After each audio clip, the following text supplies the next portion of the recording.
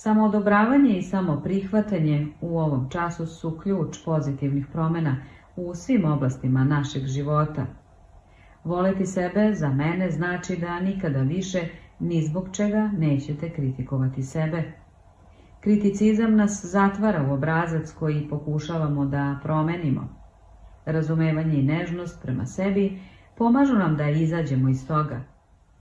Setite se, kritikovali ste sebe godinama i to nije funkcionisalo. Probajte da odobravate sebe i vidite šta će se dogoditi. Afirmacija. U beskonačnosti života gde se ja nalazim, sve je savršeno, celo i potpuno. Verujem u moć daleko veću od svoje, koja svakog dana u svakom trenutku teče kroz mene. Otvorena sam za unutrašnju mudrost, znajući da u ovom univerzumu postoji samo jedna inteligencija. Od te inteligencije dolaze svi odgovori, sva rešenja, sva isceljenja i sve nove kreacije.